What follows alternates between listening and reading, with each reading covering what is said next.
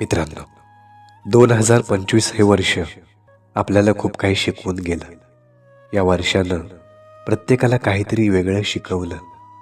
वय काहीही असो, पण प्रत्येकाची कथा मात्र जवळजवळ सारखीच होती.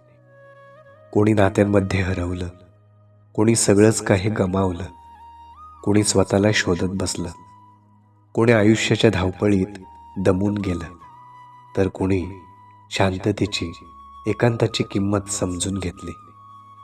2025ने दाखवलं की हसणारा प्रत्येक जण हा आनंदात नसतो आणि शांत दिसणारा प्रत्येक जण ठीक नसतो. प्रत्येक जण आतून काहीतरी झेलतो, सहन करतो, फक्त बोलत नाही. आयुष्यात कोणीही कायम सोबत राहत नाही आणि परिस्थिती कायम एकसारखी नसते.